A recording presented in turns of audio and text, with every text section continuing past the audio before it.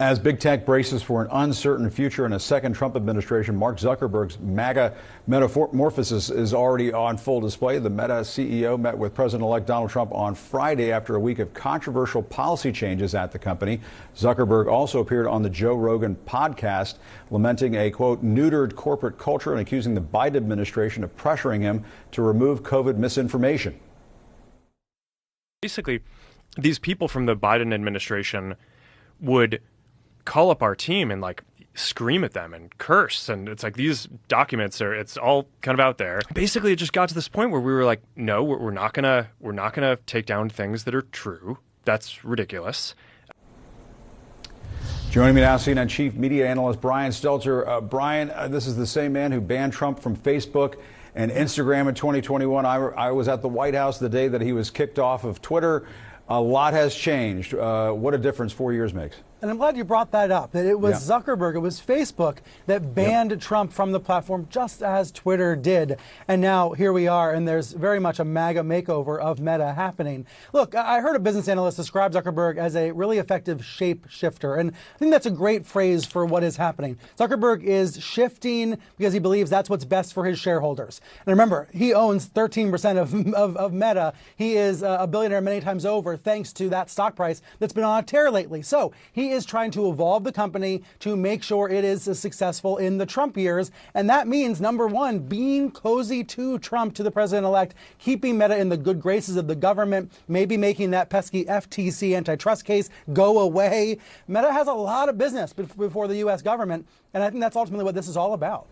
Yeah, and he's complaining about the Biden administration, yelling at them to say, get some of this COVID misinformation off their platforms. I mean, isn't that's sort of what the White House should be doing, right? I mean, tell folks to get this garbage off these platforms if you can, as best as you can, and to get rid of fact checking altogether, especially during these wildfires. I mean, that sounds like something that could really, backfire.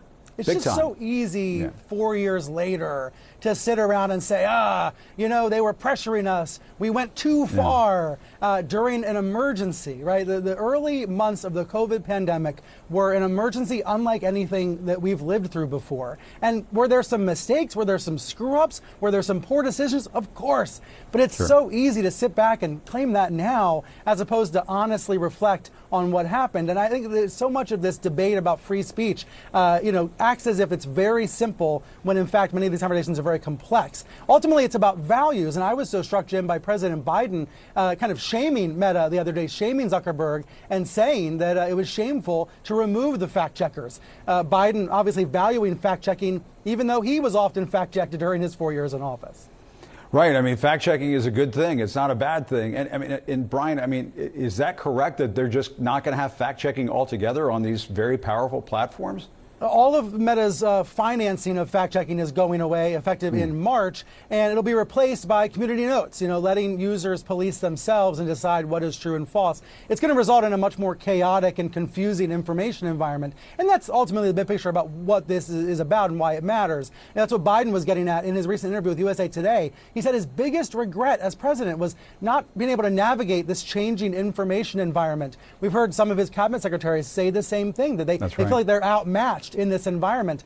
Ultimately, when we're talking about facts versus fiction, we should ask, who benefits from the fictions? Who benefits from an environment where there are more lies, more propaganda, more innuendo spreading, and who suffers? That's the kind of cost-benefit analysis that I think Zuckerberg's kind of trying to avoid as he curries favor with the incoming administration. Yeah, fact-checking is not always popular, but it is necessary. We got to have facts in this society. All right, Brian Stelter, thank you so much. As always, we appreciate it. Coming up as crew.